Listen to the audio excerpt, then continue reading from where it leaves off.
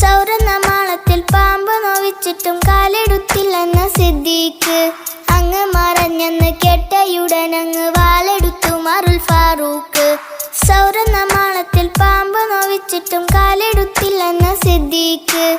അങ്ങ് മറഞ്ഞെന്ന് കേട്ടയുടനങ്ങ് വാലെടുത്തു മറുൽ ഫാറൂഖ്. അത്ര വേരിയിലേലും എൻ്റെ ഹബീബേ കരളിലുണ്ട് മുഹബത്ത്. ആഷിക്കിൻ ശീലുകൾ കേട്ടോണ്ടിരിക്കുമ്പോൾ എന്തോരം നെഞ്ചില് റാഹത്ത്. ഒന്ന് വിളിച്ചൂടെ ഹബീബേ ചരത്തിരുത്തിക്കൂടെ. റുവങ്ങുറിഞ്ഞു തരാം പകരം ആ മുഖം കാണിച്ചൂടെ.